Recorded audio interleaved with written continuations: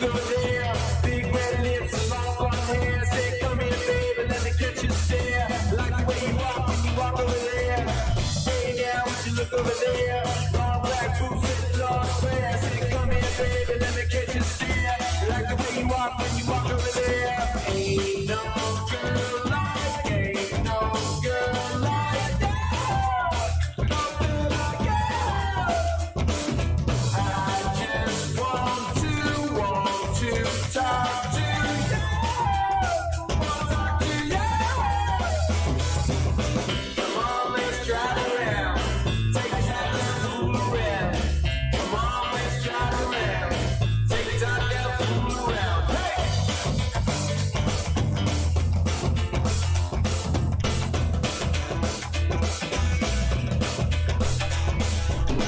Hey, now, would you look over there?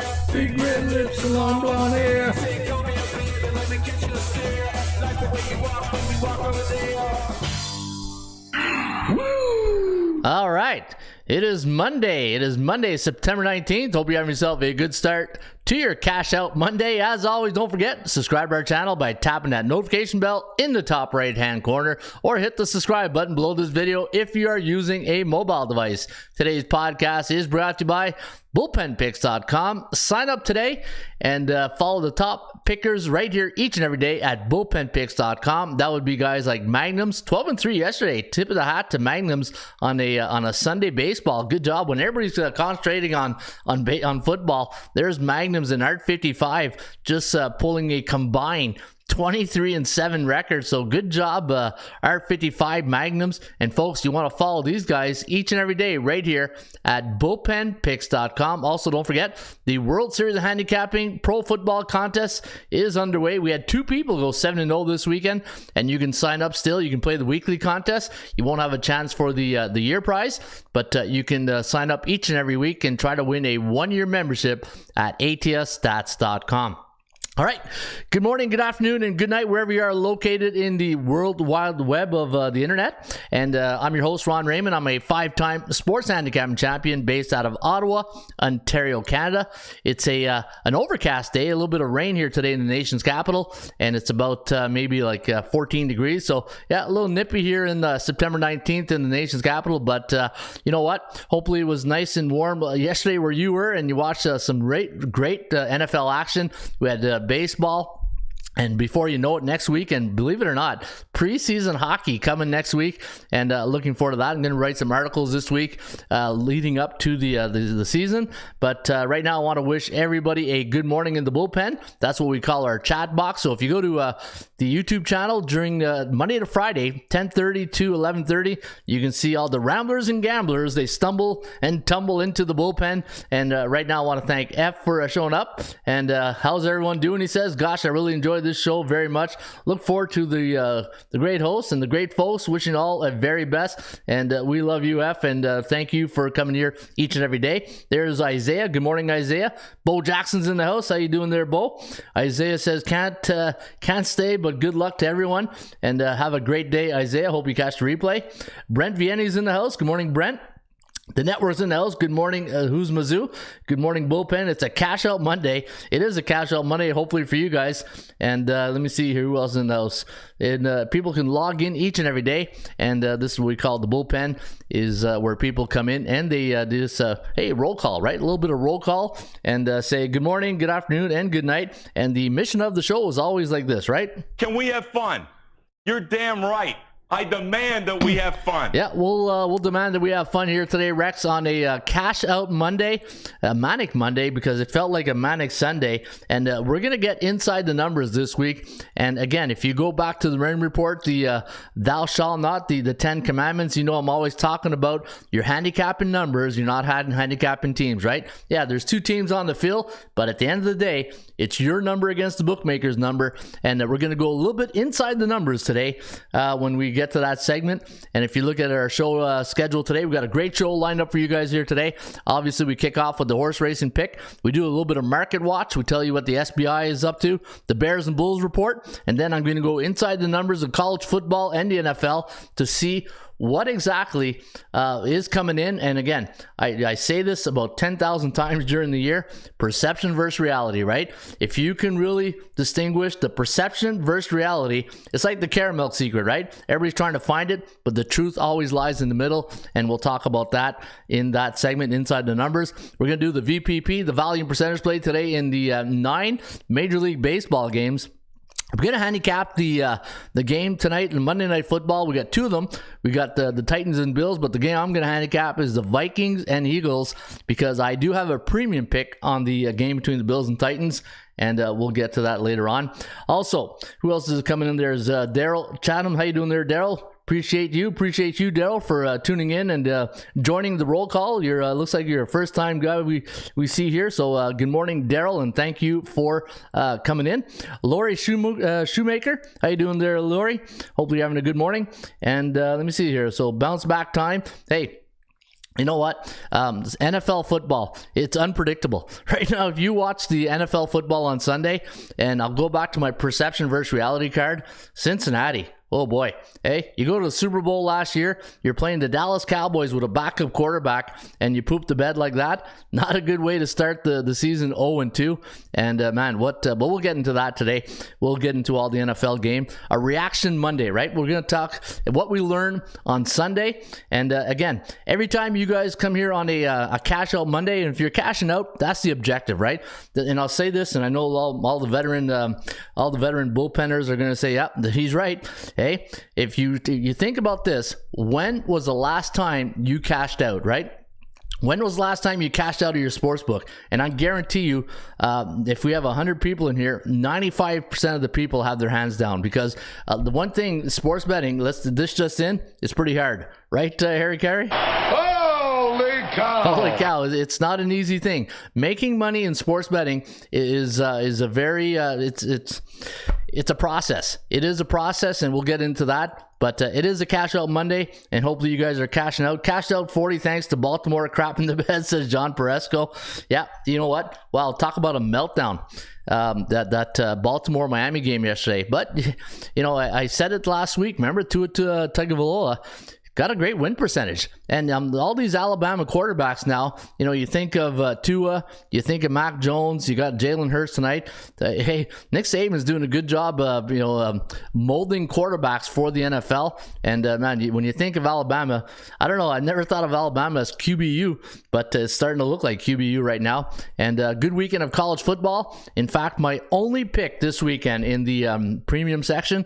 And each and every week, you know, guys, I come on here and I preach all the time that you need a different mindset when it comes to your money management. And again, the one thing I really take pride in this show is that we emphasize money management, and I'll get to that in the 5 golden rules of or our fundamentals of sports betting. And you got to have two different bank accounts or 2 different mindsets when you're making your bet. Right? You need a beer and pizza money account. Because at the end of the day, if you're betting every day, just know that you need to hit a high percentage to make money, to make a cash out Monday. But if you have a premium, not service, but if you have an investment account, an investment mindset, and you only pick your spots, and I only had 1 premium pick this week. And you know what? When you see a weekend like this, when the underdogs really carried the day on Sunday, I felt pretty good knowing that my only premium pick in the NFL is tonight. But on Saturday, I had the Liberty Flames, who could have won outright. Hey, Hugh Freeze doing a great job there at Liberty and with the Flames. And what a game that was. Liberty and Wake Forest. Man, the Liberty could have came out there with 2 points. And he pulled a Brian Dable there at the end and went for 2. Unfortunately, the play, here's the thing. Hugh Freeze's 2-point play that he called, that play now is too much out there. And when you're running a 2-point play and it's like a trick play, and you know, when you give it to the tailback gives it to the slot back, who's what we do. We call it orbit screen. Whenever you get the slot back coming behind the running back, we call that an orbit screen. And you flip it back to the slot back and he throws it back to the quarterback. That thing's done to death. Everybody knows that. And you know who started that? Last time I saw, when I go back and think about that, it was Peterson with the Eagles. Remember that in the Super Bowl, I think he ran that? And that's been done to death. You got to be more creative on your 2-point plays. But We'll get into that later. But Liberty Flames, my only premium pick this weekend. And I was looking at my record, 18-7 premium picks last 25. So, yeah, really happy with that. And hopefully we get you a nice winner tonight. Also, Ross Benjamin, on the weekend, he had his college football plays. You can see right here. I know he had a nice winner there with Washington State. Washington State looked good. He had Syracuse. Unfortunately, he lost with Texas El Paso and Mississippi State. Hey, Mike Leach, the Pirate. But yeah, pretty good weekend overall. Not a great weekend with my members pick, but Liberty is the one I made the money on. But hopefully you guys made some money this weekend. Had a good time this weekend. I did a little television this weekend. I did here in Ottawa. We have two university football teams, the Carleton Ravens and the Ottawa GGs, and we have our community TV. And I was fortunate enough and happy to do the game with my good friend Dan Mooney, Dan the Man Mooney, on Rogers 22 TV. So I had a blast. Anytime I do TV, it's always a good time. And seeing some of my old friends at Ottawa U and some of the players that I coach playing for the GGs, it's always a fun time. And yeah, so I had a good time. GGs won against Guelph 46-10, and they got a couple of tough games ahead. So I'm looking forward, maybe doing the last game of the year against Western. But yeah, we have Panda games coming. Panda, if anybody who knows about Panda in Canada. So what we do here in Ottawa, we have the two university team called the Carleton Ravens and the Ottawa GGs, and they play against each other at TD Place. It holds 24,000, and it's always sold out. It's the biggest event in college football, university football in Canada, and it's always, all the students are there, and yeah, that's all I need to say, right? You can just imagine what halftime's about. But yeah, it's going to be a great time. If you get a chance to watch Panda, I know it's going to be on CBC this year, on CBC.ca or CBC, the television here in Canada. But if you get a chance to watch Panda, it's quite the spectacle. All right, let's get on with the show. And as we always do, we always go to the 5 fundamentals of sports betting.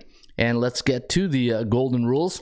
And before we get to the golden rules, let's talk about you need fundamentals. You need rules when you're sports betting.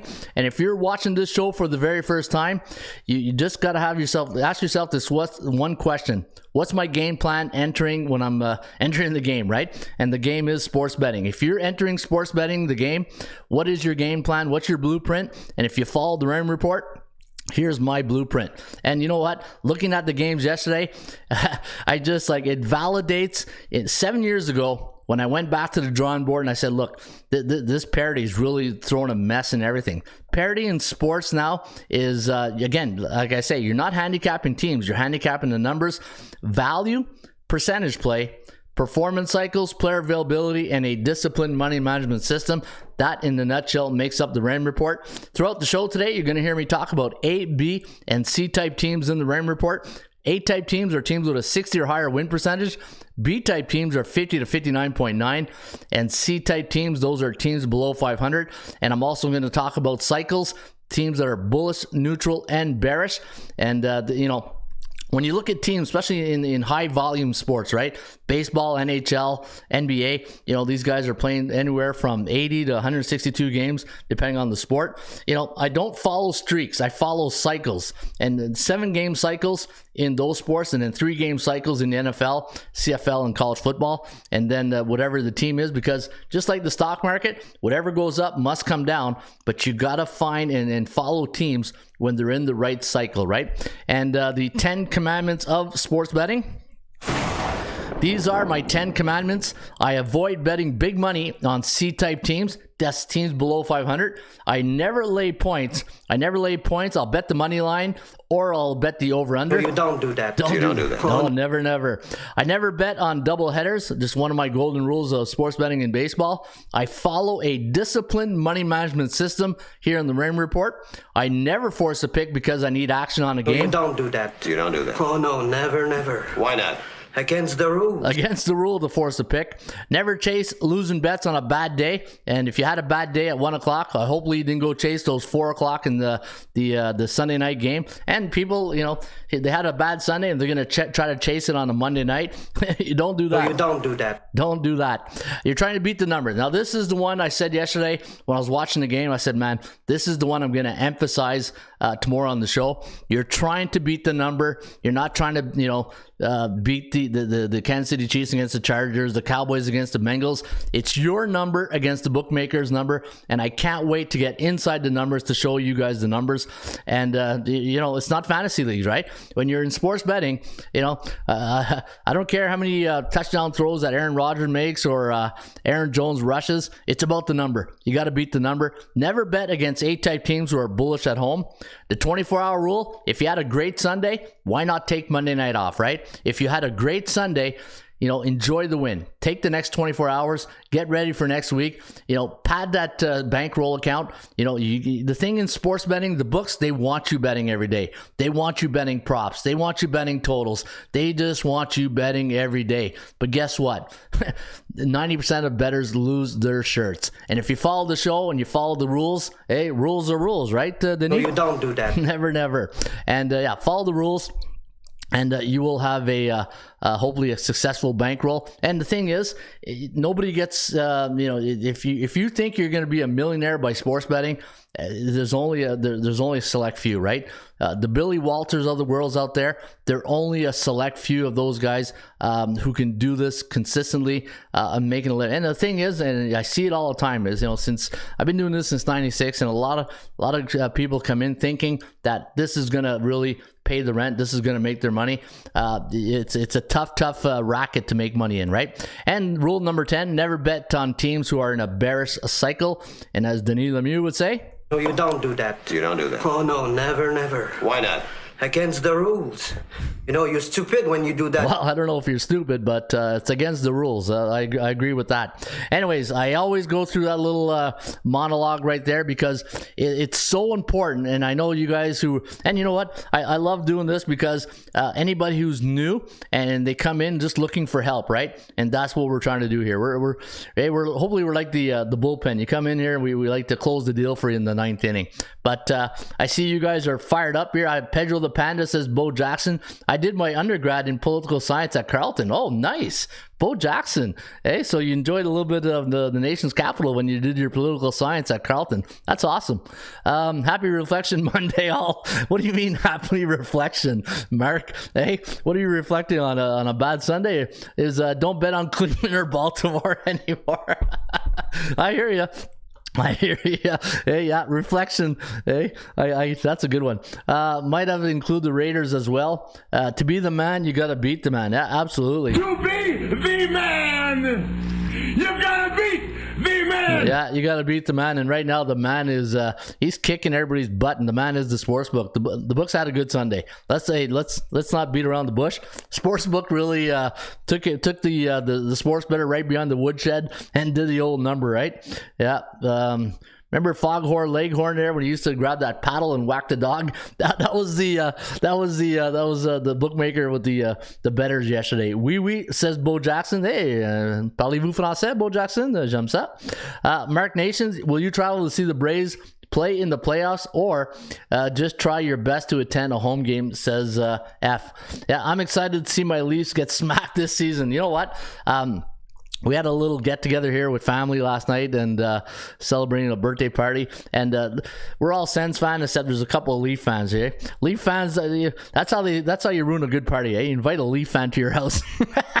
Hey, it's all tongue in cheek, right? Don't get out there and don't get bent out of shape when I'm teasing the Leafs. It's a Leaf thing, you know what I mean? Like Montreal fans, I can get along with Montreal fans. I grew up a little bit of a Habs fan, but once we got the Ottawa Senators here, I was all in with the Sens. Leaf fans, yeah, those are fighting words here in this house. You mentioned the word Leaf fans, that's it. But yeah, it's gonna be a lot of fun. I think the Ottawa Senators got a great team this year. The Leafs, you know, they took you can have Matt Murray, and hopefully he stays healthy for you guys. But I think we're gonna have a good time here today at the Raymond Report. All right, let's get to the horse racing industry and let's go feed some ponies.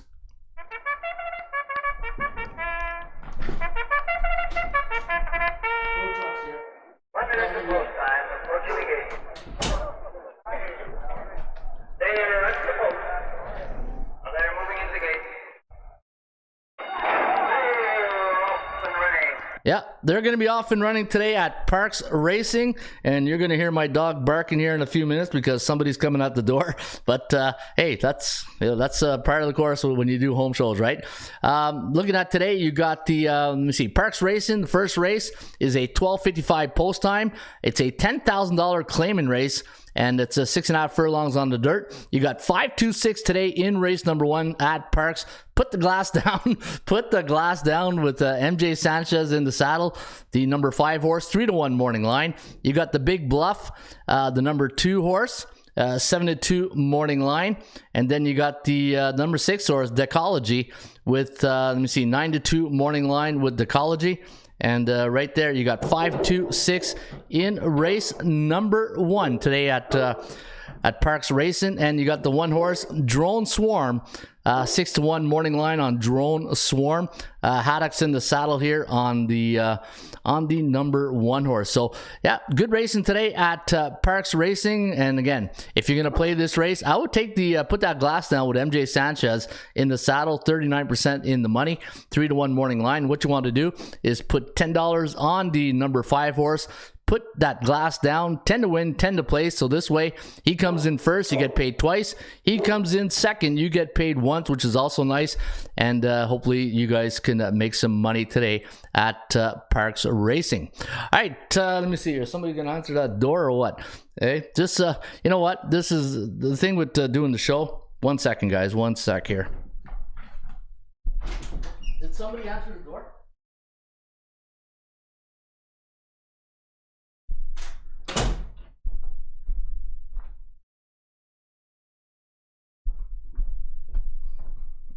All right, sorry about that. There's somebody who was at the door, so we had to take care of that. All right, let's get on with the next segment here, the Market Watch, the SBI, the Sports Betting Index.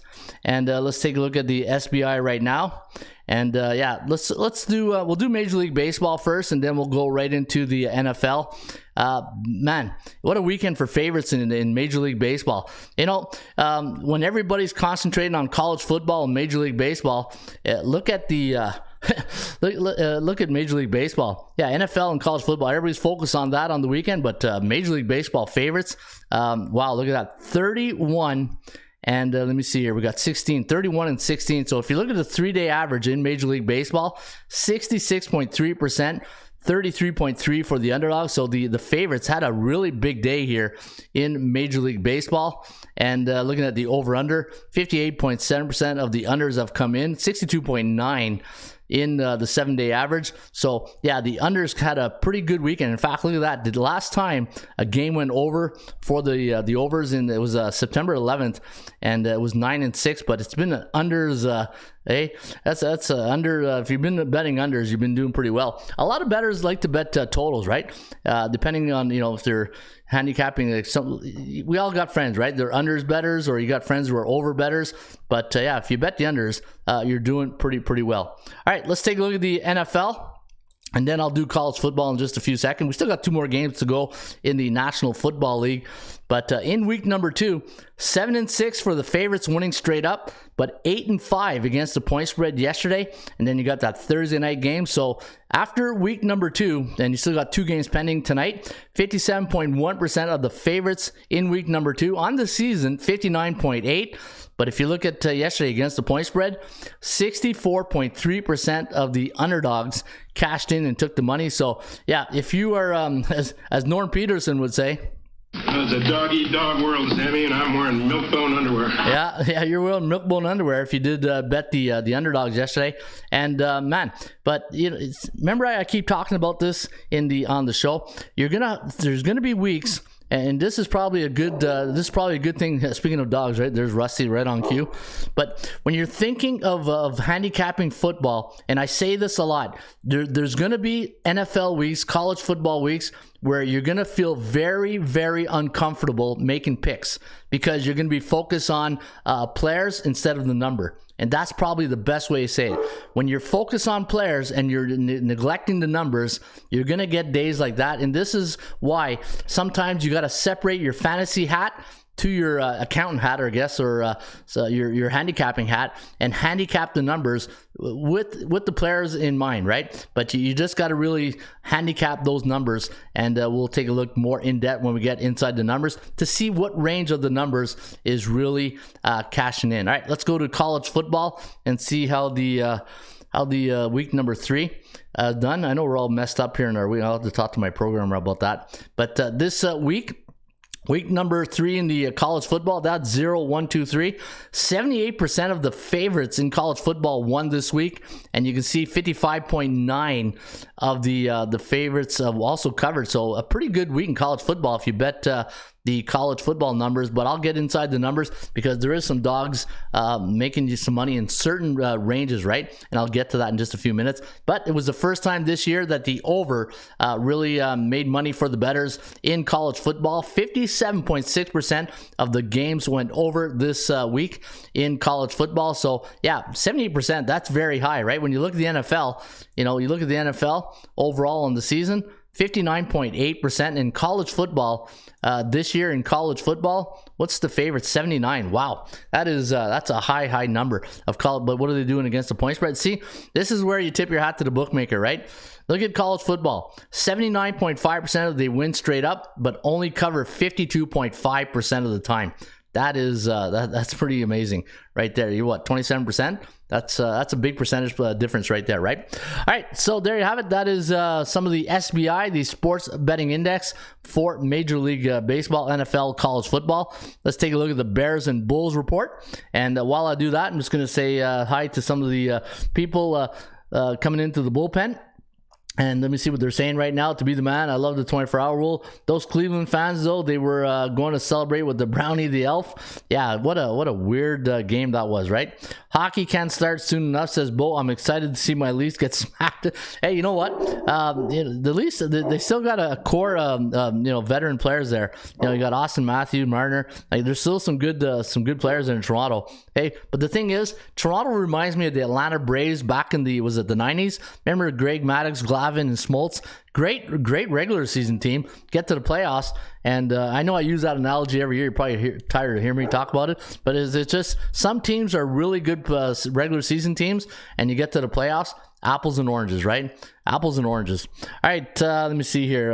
F says, yeah, C-type teams last year, New York Giants, New York Jets, Jacks, Lions. At what point do we start respecting those teams 2 games into the season? So you're talking about the Giants, new coach, Jets with Saleh, Jacksonville, new coach, Lions, Campbell. When I think of these coaches, obviously the Giants coming from the Bills, Brian Dable. Hey, you know what? They're winning games, but the thing that, let's keep it in perspective, right? They're winning close games right now. So to me, that's a bit of good coaching right there. The Jets, did they beat a bad Cleveland team? That's out for questioning. Jacksonville, when you're getting the first round pick every year, and now you bring in a coach with good pedigree in Peterson, and he knows what he's doing.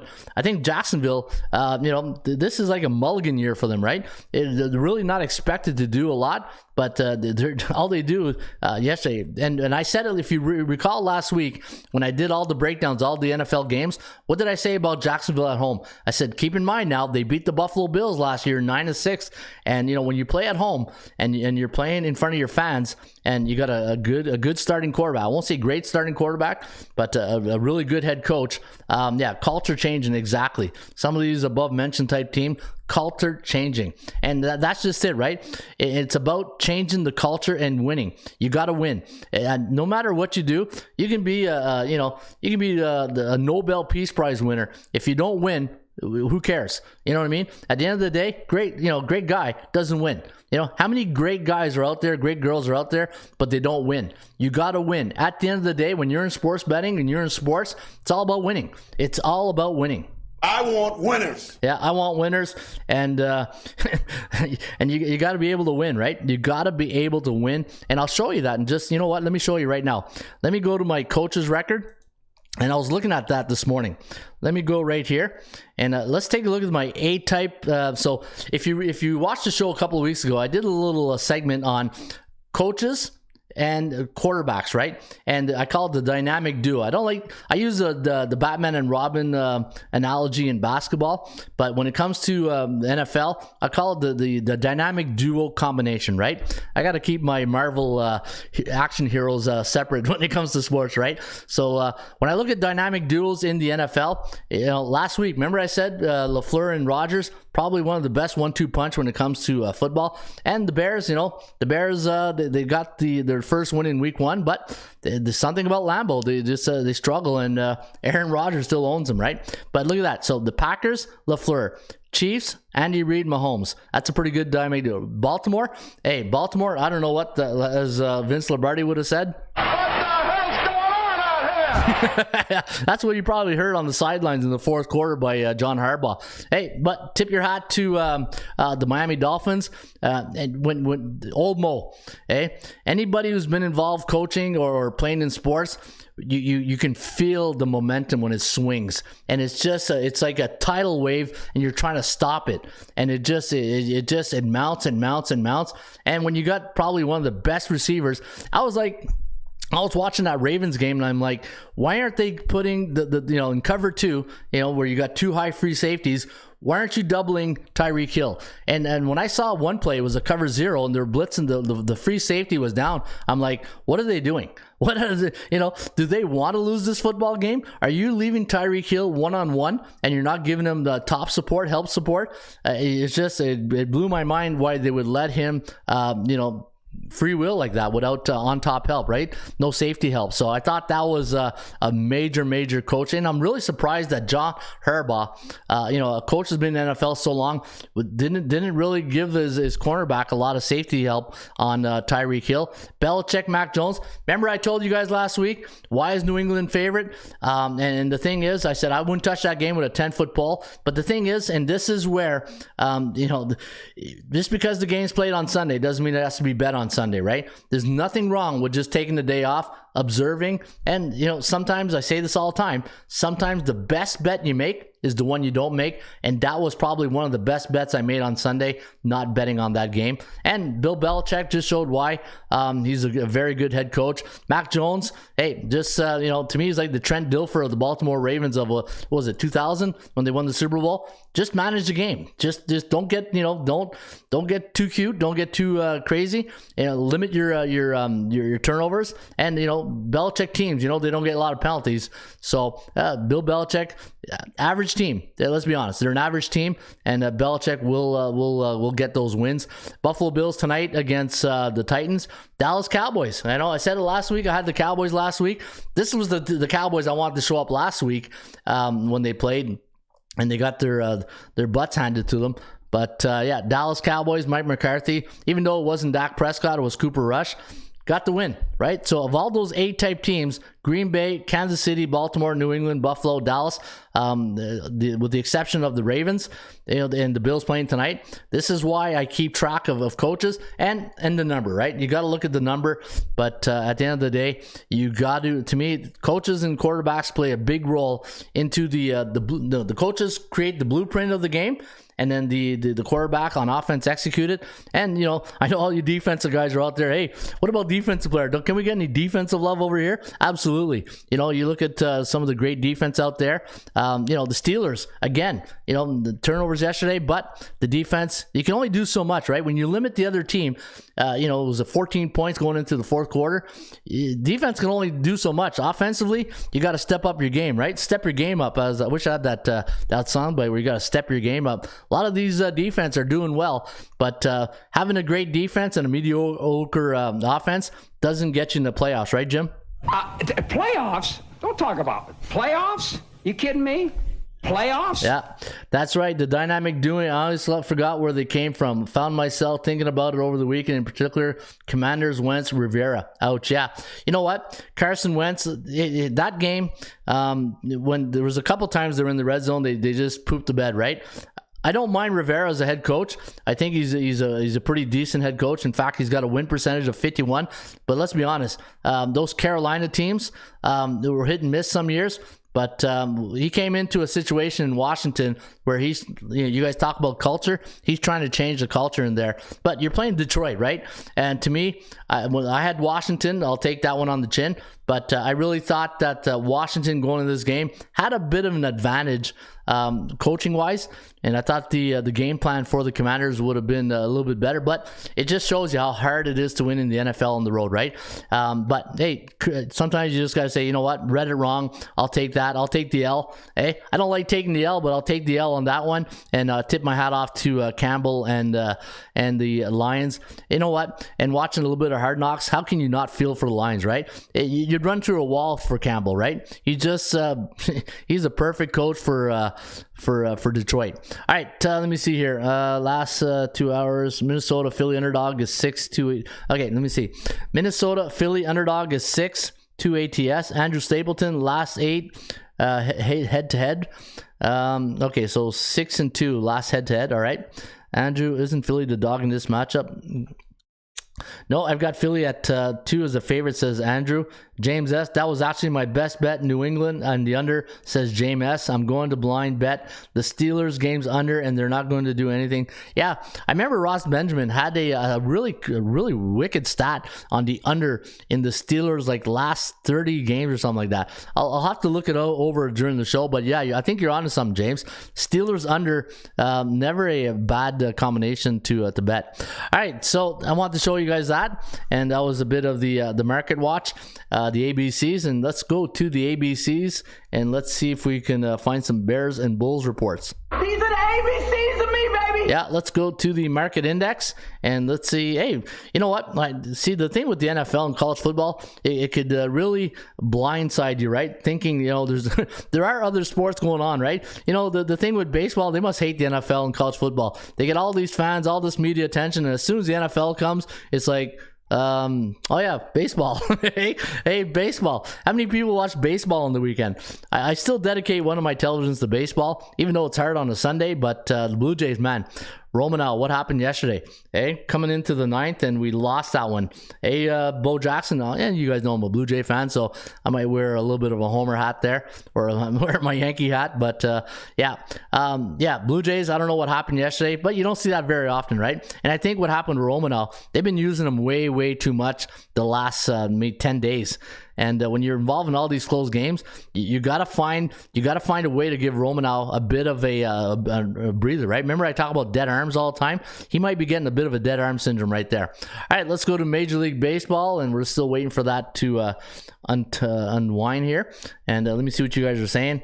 That's where I got it from. Ross is a man. I've been following him for 3 years. Yeah, no, Ross Benjamin is a great handicapper. And the thing is, guys, the one thing with handicapping, do we want to be perfect every weekend? Absolutely. And if you watch the show, or you follow our picks and you had a bad weekend, trust me, we know, we feel it, and it doesn't go unnoticed. And I'm the first one to tell you, if I had a bad weekend, I'll tell you I had a bad weekend. And my college football picks, I had 1-1 on Saturday, and the NFL was just an awful day for me. I didn't have a good day. I had Baltimore, that was a bad loss. I had Washington. Those were my 2 members pick, and then I got 1 pick tonight. But yeah, not a great weekend, especially in baseball. I think I pooped the bed in baseball this week, but it is what it is, right? And that's why you need I say it all the time, you need 2 types of mindset betting accounts. You need the beer and pizza account, and then you need your premium account. And the premium, your investment picks, those are the picks that you really have to feel like, oh, I'm all in, 100% all in. I love this pick. And some of I listened to a couple of the other podcasts that I listened to. Nobody really loved week 2 of the NFL numbers. The matchups were tough. In the NFL, first 2 weeks, hey, dish this in, it ain't easy. Hey, dish this in, it ain't easy. I wish I had a good sound bite for this, but man, some of these teams like Seattle. Hey, Seattle. How about our offense? When are we going to put it together? Yeah, I think they left too much points on Monday night, but Seattle was absolutely atrocious on the weekend. All right, let's take a look at the Bears and Bulls report for Major League Baseball, and looking at the A-type teams, Yankees, Houston, and the Dodgers still leading the pack. Hey, there's the top 3 teams right now. I don't know who's going to win the World Series. Who's going to win the World Series right now? And To me, when you get to the playoffs, it's all about pitching. To me, it's all about pitching in the World Series. And the thing I love about sports is the mindset you have in regular season. You cannot bring that mindset to playoff. Once you get to playoff sports, you need a different mindset, because this is where the teams play differently, and they play to win, obviously, but the contenders and the pretenders really get sorted out in that respect. All right, John Presco says the line on the Titans games, are bookies saying the Bulls are the good, or they have no respect for the Titans? The Bills are the good, or yeah, that's a tough line. That line, and I think it's gone up now, isn't it 11 or something like that? I know what. Let me see where my guys are saying here on that line tonight. NFL Monday Night Football. Yeah, -10 for the Bills and -3 for the Eagles. Hey, Titans have always had the Bills in tight games, and it goes either way. So I think that line's a bit too high. That line's a bit too high. Now, the B-type teams in baseball, you can see here, look at all the yellow. Now, if you're looking at all the yellow, from a market psychology point of view, this is what you want. And if you're asking yourself, okay, what's the yellow?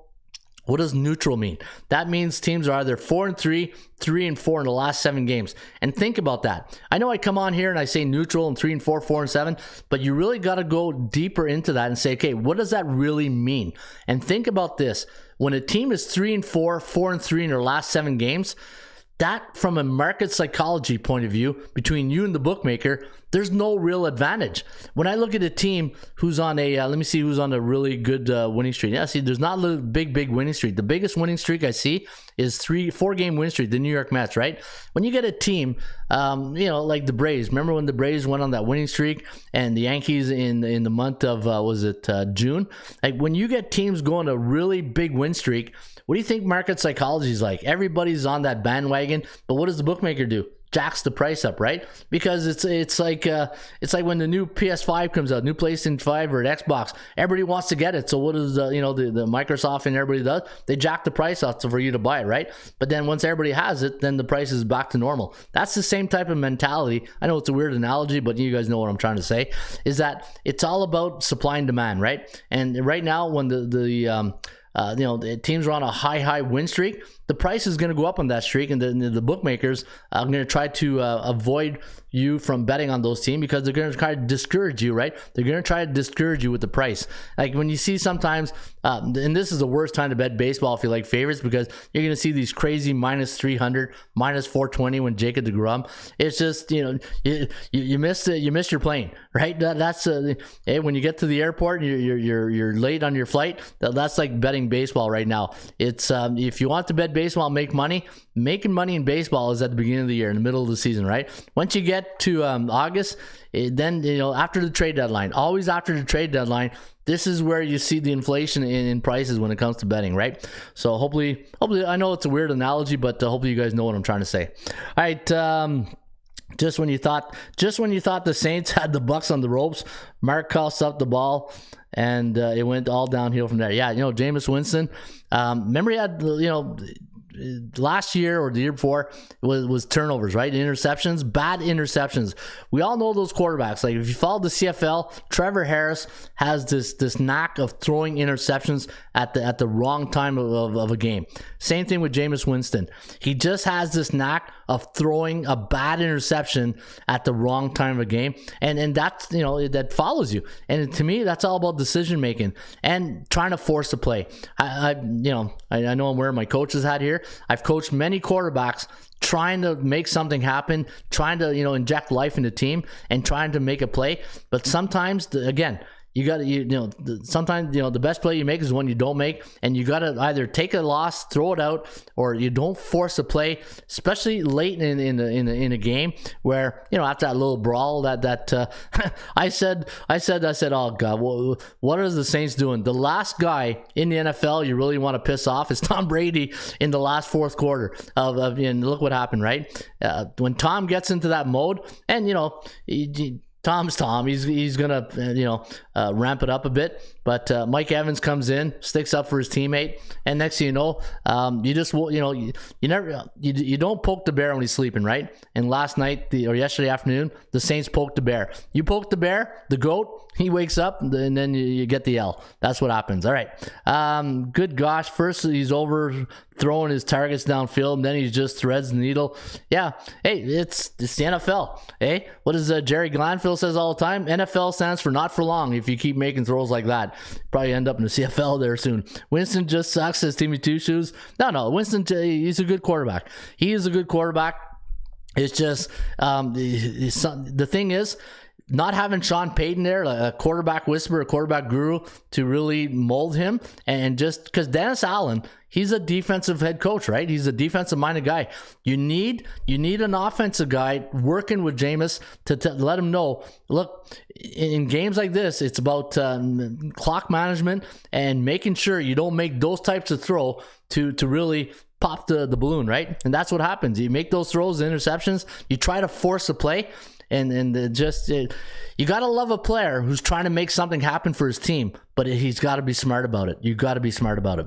Saints beat themselves. Yeah, and normally, and again, the reason why I like the Bucks, probably the only thing I got right all weekend on my contest picks, is that without Sean Payton there, it's a different Saints team, right? Sean Payton, I don't think he got enough recognition and credit for the job he did in New Orleans, building up that franchise. What do you think about the Twins versus Guardians?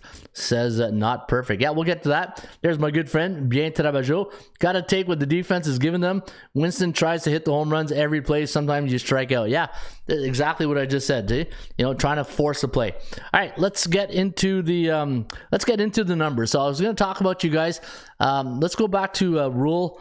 One of my rules here. Let's go to sports betting. Where's my tools? And again, I know you guys, a lot of guys watching the show here, it's like, when is he going to get to the picks? He always keeps talking about, things that we probably don't care about. But these are things that are important because the things that I'm talking about here, I don't think they get talked enough about, because when you're handicapping your games, think about these conversations that I'm having with you guys in the bullpen. And think about that when you're handicapping your next game. And when you see that, say, New Orleans playing their next opponent, can you trust Jameis Winston? Is it going to be a tight game? And in a tight game, can he be the guy, not make that mistake, make that throw that you don't want him to make, right? And so inside the numbers today, you're trying to beat the numbers, right? So rule number 7 of the Raymond Report, you're trying to beat the numbers. And let's go take a look at college football. Now, what I did here, and I have this tool at the website, and if you're a member of ATS, go to your dashboard. And then once you go to your dashboard, let me just show you guys how to get access to this.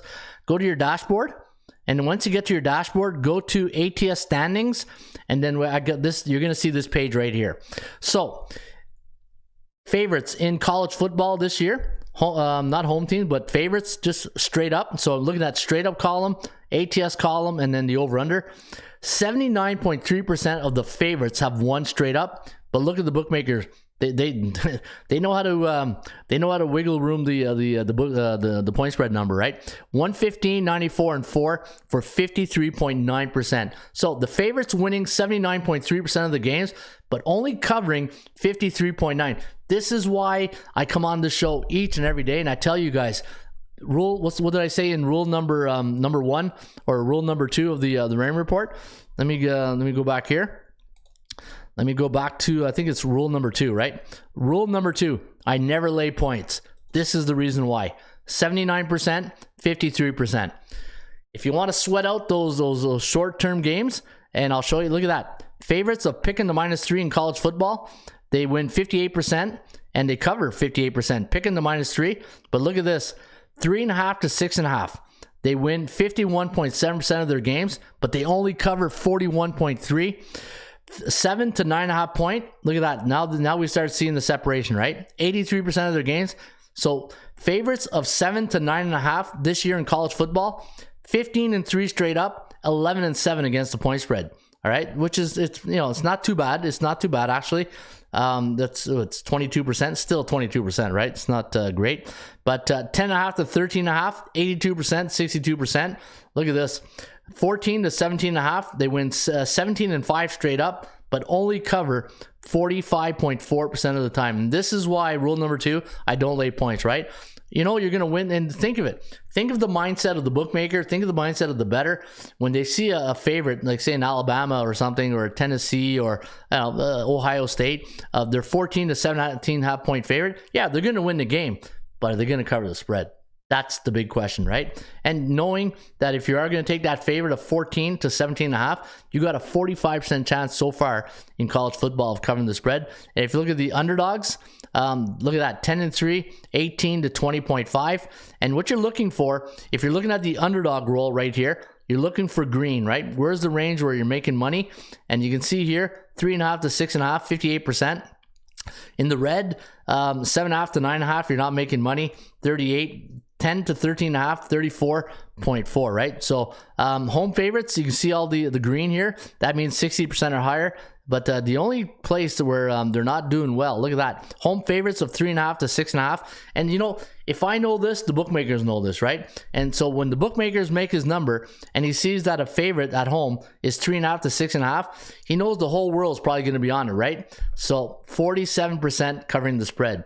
And all the yellow, this is where you and the bookmaker on even footing, right? That balance. And if you look at my chart up here, home teams and road teams in college football, the bookmaker in this column, he wants as much yellow as possible. You know what that means? That means he's got 100 people in the room. He's got 50 on the favorites, 50 on the underdogs, and getting into the yellow is where they make their vigorous, where they make their money, and they're doing a good job. They're doing a good job when it comes to home teams and road teams against the point spread, right? Now let's take a look at the NFL, the National Football Leagues through week 1 and 2 with 2 games remaining in tonight. And let's take a look so far in the NFL. 18, 11, and 1, right? We had that tie last week. 62% of the favorites are winning, but look at this. 43% only covering the spread. Let me repeat that. Favorites in the NFL winning 62% of the games straight up, but only covering 43% of their games. And when it comes, look at the over-under, 9-21 for the favorites to the under and underdogs. Wow. So, hey, defense stepping up, and you're seeing low-scoring games by proof of the number. And where exactly can you make money in week number 1 and 2 in the NFL? And we're looking for green, right? In this column here, so obviously if you get green here, it's a straight-up column. It's going to favor the favorites. But let's take a look at this column here, and let's see where the green is. Favorites, 2 and 1, not a lot of occurrence, but look at that. Favorites in the NFL of 3.5 to 6.5, 8, 7, and 1 straight up, 5, 10, and 1 for 31% against the point spread. And the thing with betting favorites, I know there's a comfort level to it. And this is where I talk about this all the time. When you are betting into the favorites, it's like getting your ice cream, right? You feel good about your ice cream, but then you got to realize I get my ice cream, but you know what? I don't know if I'm going to get to eat it because 5, 10, and 1 against the point spread. There's a comfort level that hits the dopamines knowing that, okay, I'm getting the favorite, but I got to win and cover the spread. So I got to do 2 things. What do we call that? We call that a parlay, right? So favorites, 8, 7, and 1 straight up, winning 53% of the games, but only covering 31% of the games. But this is where sometimes, and I say it, you're going to make picks in the NFL, and you're going to have that uncomfortable feeling making a pick. And it probably goes against all logic, right? All common sense. And you're saying, like, Cincinnati, perfect example. You got the team that went to the Super Bowl last week, had a tough game last week against Pittsburgh, and you're saying, okay, they're going to Dallas. Dallas doesn't have their quarterback, doesn't have Prescott. What's the perception, right? What's the exact perception? Nobody put any faith into Cooper Rush, and it's just, look what happens, right? So this is why sometimes, and I say, you're not really handicapping Cincinnati against Dallas, you're handicapping the number. You are handicapping the number, and right there, 5 and 10 and 1 against the point spread, not very good. But if you're betting underdogs, you're smiling like a butcher's dog. Look at that. Underdogs having a pretty good day. 10, 5, and 1 to the spread of 3.5 to 6.5. Again, when you're betting the dogs, you don't have to win the game. You just got to cover it, right? As Homer Simpson would say to Bart. So it's not about winning or losing. It's just about covering the spread. Let me see here. So inside the numbers and teach, learn, repeat. Teach, win, repeat. Yeah, the teach, win, repeat. And that's, when Gloria K, I don't know, did we see Gloria this morning? I didn't see my good friend Gloria K. She's a closer, eh? But yeah, I love this motto. Teach, win, repeat. And the thing about, go look at Twitter. Go look at all the YouTube channels. You got 5,000 podcasts right now. All of a sudden, everybody's a sports handicapper, right? You make sports betting legal, and all of a sudden, all the reporters used to laugh at all the handicappers, all trying to be the handicappers now, right? And the thing is, you got to distinguish who's the handicappers and who are just basically reporting games. And this is what I take pride in this show, is that we teach everybody, right? Sure, it's like the old fishing analogy, right? You teach them how to fish to eat for a year, right? But for lifetime. But this, you got to learn how to win. I think that I forget what book it was. You learn how to win. You got to learn how to win. You got to take a day like yesterday. If you didn't have a great day, okay, you didn't have a good day, but you know what you did? You learned something. You learn, that sometimes I always say on this show, I don't remember all the wins. Well, I'll guarantee you, I'll tell you everyone about those losses, because I learned through losses. And if you don't learn through your losses, then you'll never make money in sports betting. Anyways, there's enough of the old man waving his fist at cloud and telling kids to get off his lawn. All right, Coach, you should send this 10 Commandments to the print shop. I'd rock it. Which one's that there, Coach? F? Coach, you should send the 10 Commandments to the print shop. Yeah. Put a little 10, like you're talking about like a rock concert t-shirt, eh? You look at a concert t-shirt, they got all the tour dates on the back. That's what I should do on the back, right? Put all the 10 Commandments on the back. And there she is. There's my good friend Gloria K. Put that coffee down. Coffees for closer. Hey, Gloria K. Ron was just asking about you. Yep. Good morning, bullpen. Rise and grind from St. Louis. Whoa, Gloria K. She's in St. Louis. She was in Indianapolis last week, and now she's in St. Louis. Yep. Teach, win, repeat t-shirts, says Gloria K. Yeah, you know what? This is what the show is about. This show is about reviewing and learning from your mistakes. Learning from mistakes and enjoying the wins. But the one thing I love about winning, it validates everything that you believed in, right? It's like coaching football and winning. Sometimes in football, when you have a big win or you win the championship, it validates every decision you took throughout that year, right? And I'm sure a lot of coaches are out there, and even players, you're making your reads. If you're a quarterback, you go to your progressions, right? You go to your progressions. Hey, touchdown, first down, check down. That's one of the things we always say to the quarterback. Hey, when you're making your reads and you're doing your progressions, just think of this. Touchdown, first down, check down. And if it ain't there, run. Just run. There's another t-shirt, right? Touchdown, first down, check down. And that's Jameson Winston. Maybe that's a little tip for you right there, right? Touchdown, check, first down, check down.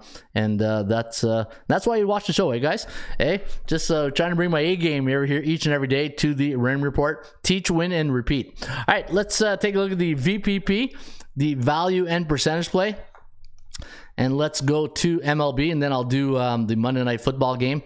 And let's get to the VPP. All right, so this is the value and percentage play. And what I do in this segment is it's a process of elimination, right? Anytime I'm handicapping a game, and if I get 15, 16 games or double headers, you got like 17 games. I'm not going through 17 games because there's not value in 17 games, right? The one thing with the Raymond Report, value, percentage play, performance cycles, player availability, and the disciplined money management system, it's all in one shot. It's all right here. And what I look for, the first thing I look for is A against B-type teams. And then the C-type teams, we don't bet on C-type teams, right, Denis the goalie? We don't do that. No, you don't do that. You don't do that. Oh, no, never. Why not? Against the rules. You're stupid when you do that. I don't know if you're stupid. It's okay to bet C-type money on C-type teams, like beer and pizza money, but I wouldn't make it a habit. Don't make a habit on betting on C-type teams because you'll be broke before you know it. All right, so you got Minnesota against Cleveland, and another one of my rules, I don't bet on bearish teams, right? Rule number 10 of the commandments. If you go back here, rule number 10, never bet on teams who are in a bearish cycle. Let them wear it out. So any team that's in red or pink, whatever you guys see right there, as you know, I'm colorblind, so I know it's pink, but it's supposed to be red. But yeah, I don't bet on C-type teams. Minnesota, Cleveland, and let me see here today. Go to my chart, and for the Minnesota, Sonny Gray, against Cal Quantrill of the Cleveland Cavaliers pretty soon, right? The Cleveland Guardians. All right, minus 15, 7. What was the total? 7. Wow, that's a very low total. But Quantrill's killing it this year with the Guardians. 12-5, 3.51 ERA, and Sonny Gray, a good ground out pitcher, right? He's got a good sinker. 2.83 ERA and 52% chance, 51. Wow, this is a tough one. The only thing with Minnesota, though, not too good on the road, right? Let me go to the Raymond Report. Let me take a quick look on that game. And how are we doing on time here? 56 minutes. Man, time flies when you're having fun here. All right, it's just amazing. You know, sometimes I'll look up and I'll look at the clock and I was like, wow, holy crap, I can't believe it's already there. Minnesota on the road this year. Where's the road record? There it is. Yeah, 30-41. Ouch. Not good. Not good. Eh? What the hell is that? Yeah, what the hell is that, Minnesota? Isaiah, oh, he's already gone, but yeah, not a good one. Morning, Chris Arbo. Good morning, Mr. R. Good morning, Mr. R. He says, hey, good morning, Chris. Hope you're having a top of the day. Scott, when doing teasers, if you go through, you'll lose the point. LOL, I was about to say G was in the bird in Cincinnati. That's a great idea, Bo Jackson. Yeah. So, all right. So, let me see. Sonny Gray, Cleveland, man. Cleveland. Cal Quantrill at home. What's his ERA at home? Let me take a look at the Quantrill's numbers. You know what? Wow. Look at that. Cal Quantrill's last loss. The last time Cal Quantrill lost a game was July 5th. Now, because I said that, hey, I put the kiss of death right there on him. But yeah, you know what? I like Cleveland in this spot. I do like Cleveland. I just can't trust Minnesota on the road. Not that win percentage is awful. Let's take a look at the value. Plus 126, we're getting 115. So overvalued Cleveland team, bullish 8 days. Oh, the record was right there. Well, why did I go to Raymond report? 30-41 against a 39-32. Now, it's not a dominant home record, you know. And, you know, the winning on the road, you got to win on the road, right? If you're a playoff type team, you got to win your playoff games and you got to win on the road. Cleveland, they have a winning record home and away. 52%. This is a tight one. I'm going to lean with Cleveland. I'm going to lean with Cleveland that one. I do like Cleveland. Seattle against LA. Not a great weekend for Seattle, right? Against the Halo, but I think they got the win yesterday. Didn't they get the win yesterday? I'm not too 100% sure. NFL threw me off yesterday a bit. Seattle minus 135. And who is going today for the Mariners? Logan Gilbert. Yeah, he had a good start last. Remember we talked about Logan Gilbert, but against San Diego. But prior to that, Detroit and the White Sox, he had a pretty good game. He got the win and he went 5 innings against San Diego. And for the let me see, here's Halo. Yeah, so this is the 4th game of the series, right? I wonder how they do on the 4th game of the series. Jose Suarez, the lefty, going for the Halos. 47%. Wow, look at that, the percentage play. You know what? I don't know if I want to trust Seattle on the road right now. I think I'll pass. And I don't touch the Angels because they're a C-type team. You got Cubbies and Marlins, 2 C-type teams, so we're not going to touch that. Houston, hey, against Tampa Bay. This is a great series. This is going to be a great series. Who do you got pitching here? You got Luis Garcia, the mullet, against Drew Rasmussen. He was a little pissed off last start against Toronto. He didn't want to get pulled, but he got pulled when he played against Toronto. Minus 120, 52.7% chance of winning, 48.3. You know me, I love Tampa Bay, but whenever I get Houston in an underdog role, in fact, let me go to my let me go to that game, the Rain Report. I want to see how Houston does as a road underdog this year. Houston as a road dog. And great value. You're getting great value. Just waiting for this Houston game to pop up here. Here we go. So let me see. Chance of winning 48-52. 8-type teams against. So Houston on the road against 8 B-type teams. 8-4, 3-8-1. On the road 46-28. And as a road underdog, wow, only 9-9. 18 times though. They've been in road underdogs 18 times, 4.6 to 3.8, and as a home favorite, yeah, Tampa Bay's been good. I like, you know what, man, I hate going against Tampa Bay. I hate going against the cash man, but I can't help myself here. I think I have to take Houston. I think I'm gonna have to go with Houston here. Wow, look at all the numbers coming off a win, 30-20. So they win 60% of their games coming off a win. Last 30 days on the road, 8-2. Where Tampa Bay at home, wow, 13-2. You know what? When in doubt, get out. Hey, that's the rule. When in doubt, get out. I'm not touching this game. This is like the Patriots-Steelers game, right? And again, sometimes the best bet you make is the one you don't make, right? So I'm not touching this game just because that 13-2 record, Tampa Bay at home. That's enough to mess you up. Detroit taking on Baltimore. Minus 200. I'm not laying 200 on the O's. Washington, Atlanta. Hey, I like Atlanta, but I'm not laying 350. Milwaukee Mets. That's a good one right there. Who's pitching for the Mets today? Meet the Mets. Mad Max Scherzer. Yeah, I like him against Corbin Burns. Wow, what's the total in that game? The total in that game, 7. Interesting. Milwaukee, 52%. And 41-28. Let me go to my Let me go to my chart here. Let's handicap this game. I think this is going to be a good, man, we got some good baseball games today. Milwaukee, then you got Tampa Bay, Houston, then you got Monday Night Football. We're getting spoiled here on a Monday. We're getting spoiled here by the sports world on a Monday. Mad Maxer, and he's coming back from the DL, isn't he? His last start. 9-4 in a year, 2.26 ERA. Yeah, he had an oblique issue. And Mad Max's last start was September 3rd, and he went 5 innings. Still no decisions, but Mad Max, hey, last time he won was on my birthday, August 17th. So, August 17th, and then he lost the next 2 to the Yankees in Colorado. No decisions against Washington. Let's see, check out Corbin Burns, 10-7, 2.97 ERA. And let me see, Corbin's not been, only 1 win since August 23rd. And then, you know what, 2 wins since August 2nd. So he hasn't, dead arm syndrome maybe. At home, 3.10 ERA, 2.83 on the road. You know what? I'm going to go with the Mets in this one. I do like 4-game win streak. Give me the New York Mets. Could be a silver bullet. No, it won't be. You know why? It's not 40% percentage play, right? Remember I always say, in order for me to take the underdog, this has to be 40%. Rules are rules, right, Denis? No, you don't do that. You don't do that. Oh, no. Where's my rules are rules? Where's No, the Chiefs. Wrong one right there. But yeah, rules are rules. San Francisco, Colorado, C on C-type crime. We're not going to touch that. And then Dodgers minus 245. So I think the New York Mets minus 110 is probably, and Cleveland, probably the 2 games that I'm going to put on the board here today. All right, there you have it. That is the Major League Baseball. Let's get to your Monday Night Football game. We got 2 of them, but I'm gonna handicap the game between Philadelphia and the Vikings, because the Bills Titan is one of my it's my top play of the week in the premium section. I don't want to upset my premium members. Minus 2.5 here for the Eagles. 48.5 is the total. Looking at the forecast, I got a 24-21 victory here tonight for the Eagles.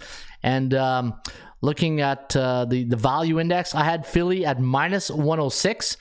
And I had the Vikings at minus 6.7. Now, I went to my ATS calculator and I took out only 1 game in the system so far this year. But I do have the Vikings winning by 3.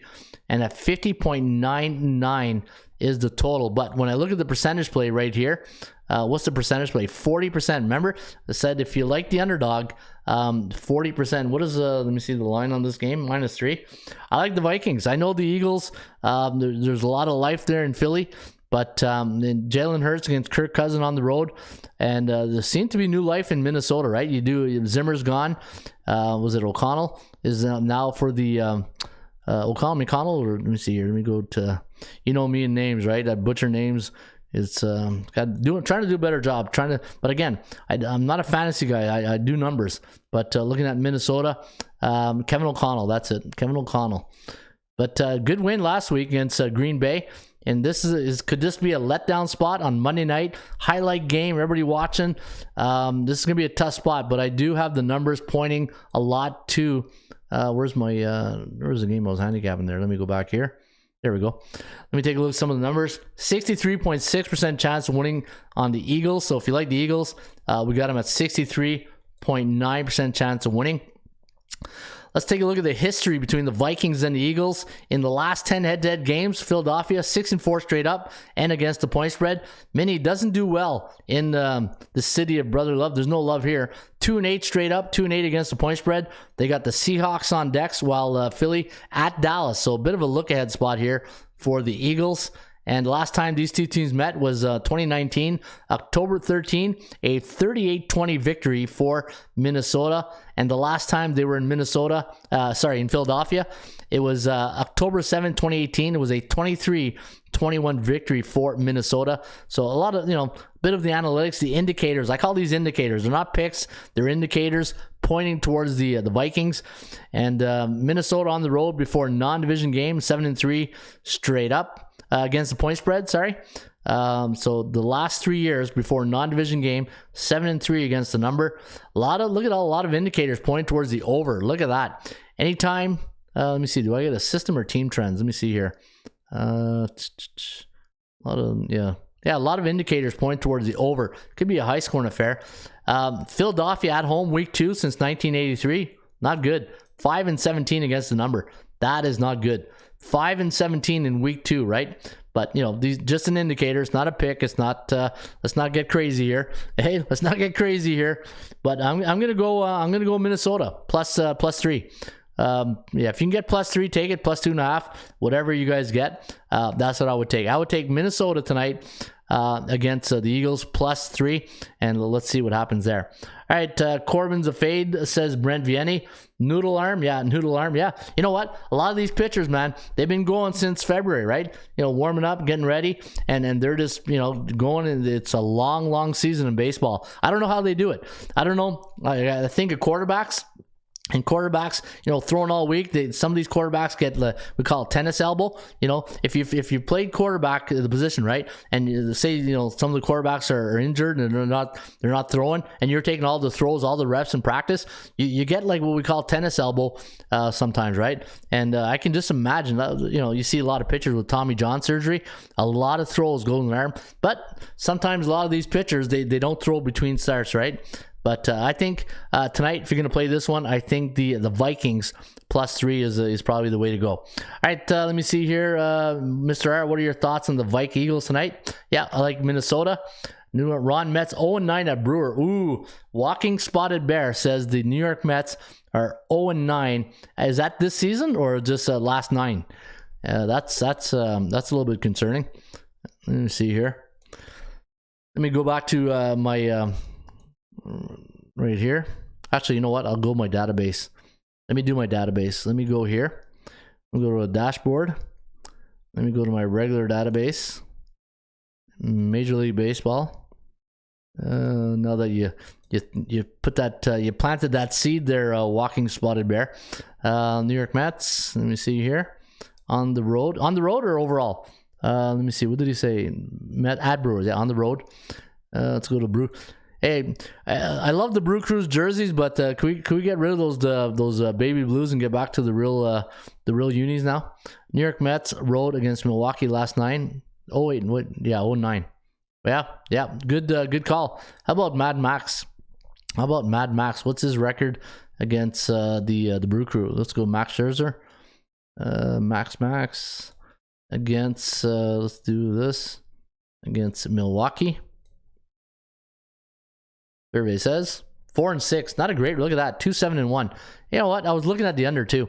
But you know what? 4-6. Not a great. What about at Milwaukee? That was overall, right? Let me do on the road. 2-3. Okay, I can live with that. But you know what? And the reason why I look at that is because sometimes when a team owns you, Joe owned the Chiefs. Yeah, when a team owns you, you got to look into that, right? You got to really take that in consideration. But all right, let's get to your fun facts today. In fact, speaking of facts, if you go to the website, atsstats.com, on the front page now, we always have our top 25 sports betting options. And if you go in the pull down menu, you can pull up the sports. This is all free. You can see our top. We got, you got the teams, the odds, who they're playing, the cycle they're in. We talk about bearish, bullish, and neutral cycles. Strength of schedule, SOS, that's what it stands for. Strength of schedule in the last 7 games. What's that team's record against A, B, and C type teams? The streak they're on, overall record, home, away, the daily market value index. What you want to do is take this line, compare it to the bookmaker's line to see if you have any value, and the percentage play. Rule number 2 of the Raymond report to see if you got any percentage play in your favor. And you can see Calgary didn't do well this weekend. Credit BC. Hey, BC Lions, Vernon Adams Jr. did a great job Saturday night against the Calgary Stampede, and I believe that game was in Calgary. So good job for the BC Lions. All right, where was I again? Oh yeah, if you go to the front page and you want to see the stats and trends, so all you got to do, let's see, if you got a membership, go here, go to 80% Club, and you go right there, and then you'll have this in your head right here. We talking about practice, not a game. We talking about practice, man. I mean, how silly is that? Yeah, not silly at all there, Alan. And we're talking about the 80% Club right now. And let's see some of the stats and trends. And again, Trends are your friends, but they don't pay the rent. The Orioles 10-1 as a 181-200 home favorite during a night game the last 10 years. The Mariners 9-1 as a 120-140 road favorite, coming off a night game this season, so maybe a good spot here for the Mariners. The under 9-1 for the Arizona Diamondbacks as an away team, coming off a 5-run loss the last 3 years. And you know what? That's a mic drop right there. That's a good one. And the under 9-1 for Arizona, coming off a 5-run loss when they're on the road the last 3 years, and that is a mic drop right there. All right, hey, that was quite the show today. That was probably a mouthful, probably a little too long in the tooth there for the inside the numbers, but again, perception versus reality, and learn from week number 2 in the NFL. And when you're doing your handicapping, always remember, you're not handicapping the teams, you're handicapping the number. And this is why you got to go inside the numbers. And there's nothing wrong with making a pick that makes you feel uncomfortable, because that's the name of the game. It's called sports betting. All right, there you have it. That was the show today for a Cash Out Monday, September 19th. Hopefully you guys enjoyed the show. If you enjoyed the show, hit that like button. In fact, don't hit it. Do like Mike Singletary would do. Our formula is this. We go out, we hit people in the mouth. Boom. And that's what you want to do. Hey, tough acting, Tinactin, as John Madden would say. Hey, boom. Tough acting, Tinactin. And punch that like button if you do like the show. And hopefully you guys will be back here on a Ruby Tuesday, September 20th. In the meantime, shop for value, play those percentages. I'll see you back here tomorrow with another Raymond Report. Harry Carey, get us out of here. Hello again, everybody. Harry Carey from Wrigley Field on a beautiful day for baseball. To be the man, you've got to beat the man. Joe, own the Chiefs. Owns. Owns. I don't know. Struggling. Can we have fun? You're damn right. I demand that we have fun. Put that coffee down. Coffee's for closers only. Great cash, homie. Holy cow! You know, it's a dog-eat-dog world, Sammy, and I'm wearing milk-bone underwear. What the hell's going on out here? Woo! If you smile, but the rock is coming. That's the bottom line, cause Stone Cold said so. Let's go to eat a goddamn snack.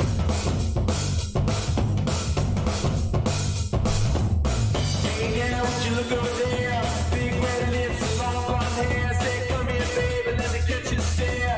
Like the way you walk when you walk over there. Hey, now, would you look over there? Long black boots and long hair. Say, come here, baby, let me get you stare. Like the way you walk when you walk over there. Ain't no girl like, ain't no girl like that. No girl like that. I just want to talk to you. Want to talk to you.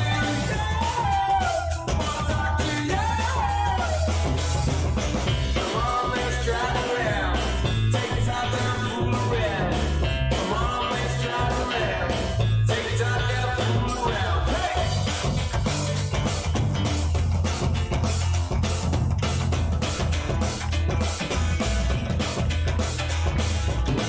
Hey, now, would you look over there? Big red lips and long blonde hair. Say, come here, baby, let me get you a stare. Like the way you walk when you walk over there. Now, if you want to crown them, then crown their ass. But they are who we thought they were, and we let them off the hook.